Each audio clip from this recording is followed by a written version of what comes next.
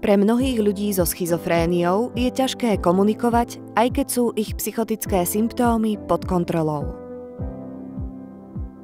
Ochorenie tak môže spôsobovať nestály boj o to, ako zapadnúť do spoločnosti a nadviazať partnerský vzťah s inými.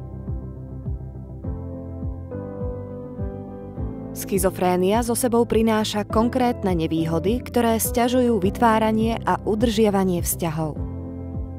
Najväčšou nevýhodou je potreba prispôsobiť sa chorobe, ktorá môže spôsobiť odcudzenie vo vzťahu, a to práve v dôsledku prítomnosti stigmy a sebastigmatizácie.